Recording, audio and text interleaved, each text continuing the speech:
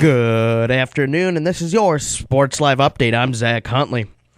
The Minnesota Twins finished their three-game series against the Rays yesterday afternoon. Twins started the scoring off with an RBI single by Joe Mauer in the first.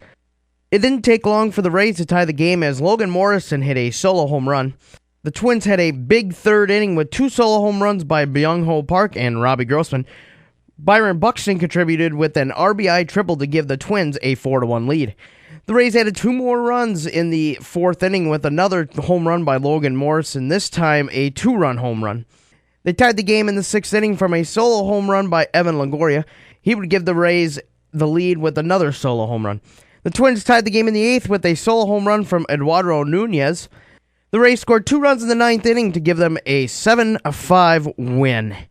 The Twins have the day off on Monday before returning Tuesday to start a three-game series against the Miami Marlins.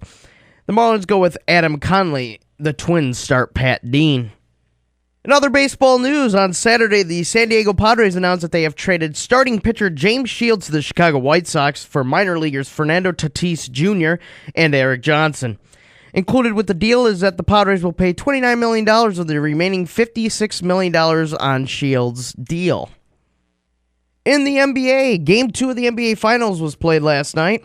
Cleveland took the lead 21-19 after the first quarter. In the second quarter, Cavs power forward Kevin Love left the game with a concussion. After the first quarter, Golden State took care of the Cavs, winning 110-77 to take a 2-0 series lead.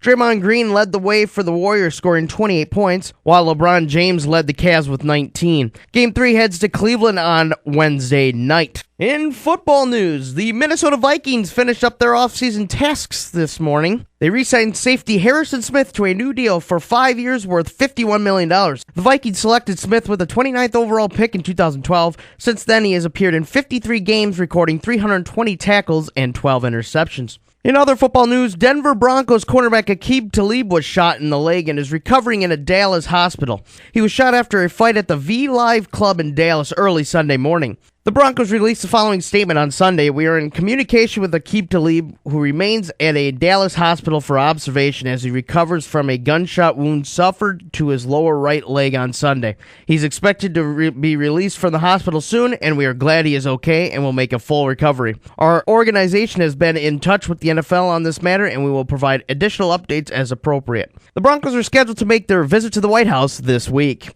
In other news in the UFC, Brock Lesnar, who retired from the UFC in 2011 and returned to the WWE, well, he is back. Coming up on July 8th, Lesnar will fight Mark Hunt in his return to UFC. He is still under contract with WWE, however, they granted him a one-fight deal to allow him to fight. After UFC 200, he will return to WWE for SummerSlam. In golf news, Ian Poulter learned early this week he would have foot surgery that would keep him out for 4 months. That means he will miss playing the 2016 Ryder Cup at Hazeltine in Chaska. This morning he got good news. Europe's captain Darren Clarke named Poulter as a vice captain. He said that he was truly honored, adding, "Everyone who knows me knows how much the Ryder Cup means." Poulter's Ryder Cup record is 12-3. And sticking with golf, last week's stop on the PGA Tour was in Dublin, Ohio for the Memorial Tournament presented by Nationwide. Scoring was low this week with rain falling most of the week. Heading into the final round, it looked like Matt Kuchar would win his second Memorial, but a final round 73 knocked him just out of the playoff. World number 3, Rory McIlroy shot a 4 under 68 to also finish just short of the playoff at 13 under. In the end, William McGirt and John Curran went to a playoff. Both made pars on the first playoff hole. On the second playoff hole, McGirt parred to secure his first win since 2007. Coming up this week on the PGA Tour is the FedEx St. Jude Classic in Memphis, followed by the year's second major, the U.S. Open in Oakmont.